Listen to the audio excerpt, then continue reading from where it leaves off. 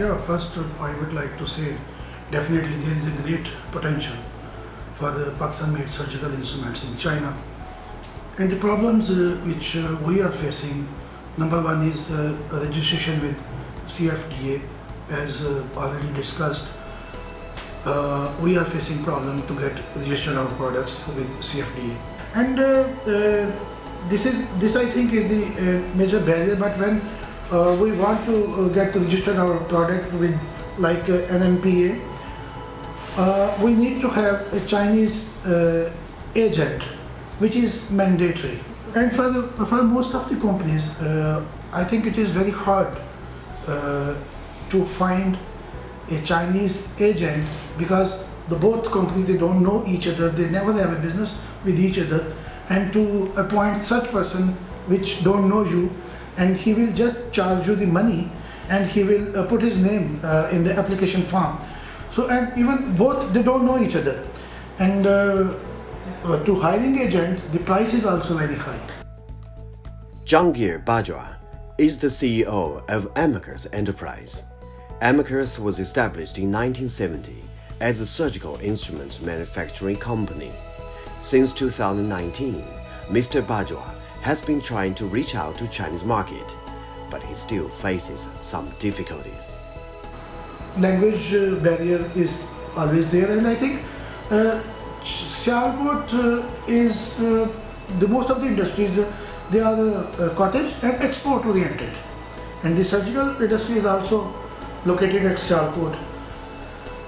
I think people must be very keen to learn Chinese language, but unfortunately this facility is not available at Sialkot. If you want to learn Chinese language, you must go to Islamabad. In Sialkot, this facility is not available, and if some institute, if they have good teachers, I think they can start this program at Sialkot, and I can guarantee that many of the people from business community, they will be interested to learn Chinese. At least they can communicate basic things. Even Surgical Association can cooperate with you if you want to launch this language program in Sialkot, because if some of us, we wanted to learn Chinese, there is no facility, no reliable facility. They must go to Islamabad. So Islamabad is far away, and a business person, he can't go and live a couple of weeks in Islamabad to learn Chinese language. I think this program should be started at Sialkot in collaboration with Surgical Association of Pakistan, and it will be very beneficial, I think, for especially for our business community at Sialkot. Learning Chinese has become more important for Pakistani businessmen than ever before. Bajwa relies on translation app to bridge language barrier. As Chinese government is facilitating access for Pakistan-made products to China, it is a great chance for the pharmaceutical industry of Pakistan. So I think Chinese government, as I told you, they are very tentative to promote Pakistan-made products in China. So we need to provide some ease, especially for our industry. We want some ease. We do want to do all the requirements, but we just want ease in those requirements. And as we discussed earlier, that it will be great if some department in China, they can share the list of the companies which are willing to represent Pakistani companies as an agent. So that list can be shared with the Surgical Association of Pakistan, and we will disseminate this information to all our members. So I think the members, they can be benefited from this, and so they can directly find from the list, they can find the agent who can represent them. And they definitely, if you give us the list, it will be the authorized persons, it will be the more reliable list.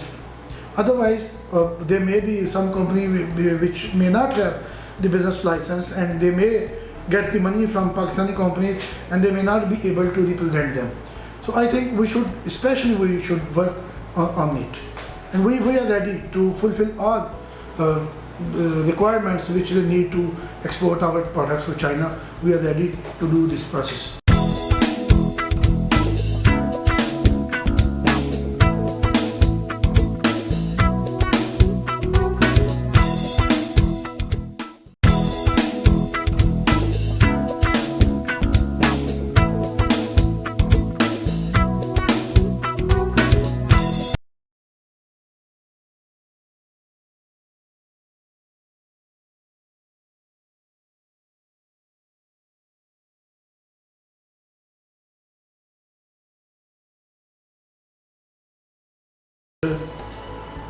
Actually, the Germans, the Europeans, they develop different brands and they are sourcing instruments from Pakistan and putting their brand's logo on the instrument and selling it at very high price. And when there is no doubt that the European, the German standards are very high, when we want to sell them, they don't create, they just facilitate us. We don't need any registration with their Ministry of Health. We just, if we have, we go there and sell because it is in their interest.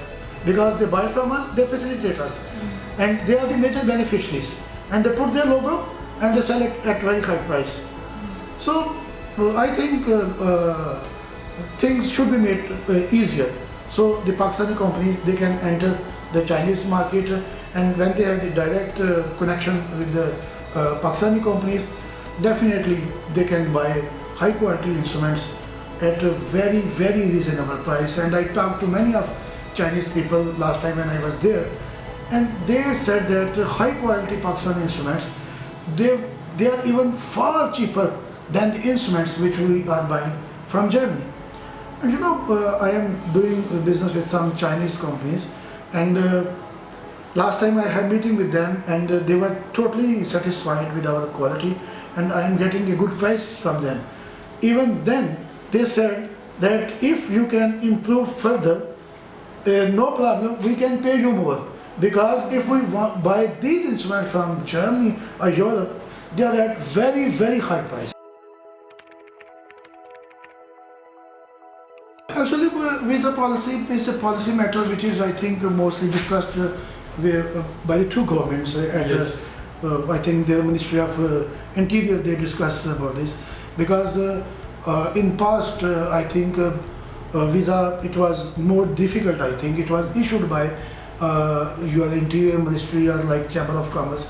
But I think no, they make some relaxation that if I have already visited China, if I have invitation from a company in China, I think they can give the visa. They have made some relaxation, and I think it's good. And yeah, and always the visa policies, I think it is always on a reciprocal basis. Okay. With every country, it is on reciprocal basis. Yes, there is. He was just talking to me that the companies in China, they face some difficulty when they want to transfer the payment to Pakistan. But I think we should be realistic that if the payment is coming from China, even after some struggle, then I don't think, I don't consider it as a barrier. These are secondary things which can be handled. I am also importing different stuff from China. I am importing stainless steel, I am importing some machinery from China. And if I am importing, I am facing problem to transfer payment to China. Yeah, it is difficult now that there are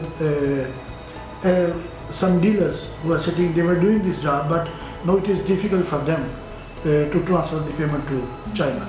We as an importer, we are facing some problem to transfer payment to China. I heard some news that Pakistan and China, they are going to trade with each other with their own currencies. Yes. Yeah, I think it will be a very good idea for the both countries if we come out of US dollars and if we trade in RMB and if we trade in Pak rupees, I think it will be very good for businesses of both ends. I was a bit surprised that we are friends we are going to participate in Guangzhou exhibition, and we need to transfer payment to that company. And when I talked to the currency dealers, they said that it is difficult to transfer payment to a company in China. However, you can transfer this payment to some individual. So I was a bit surprised that why I can transfer payment to an individual and it is difficult to transfer payment to a company. In my opinion, it should be like that. I can transfer payment to a company and I can't transfer payment to an individual. Yeah, I don't know. No, even they can't. They are unable to transfer the payment to a company. And now, I think yesterday, I transferred a payment to one of the individuals in China, and he then forwarded this payment to the company from China. So things are making some, because we are going to participate in the exhibition. It was very easy, you know, when I am not buying, no, I am buying from China for the last 4 to 5 years. And it was easy. I just, whenever I need, I went to the currency dealer, I paid in Pak rupees, he transferred the payment in US dollars to China company, and they send me the goods, and it's okay. But no things are changed. But it will also affect your selling, your exports, it will affect. Because I want to buy, I want things, I want to buy from China, but when I want to transfer the payment, it's no more difficult for me.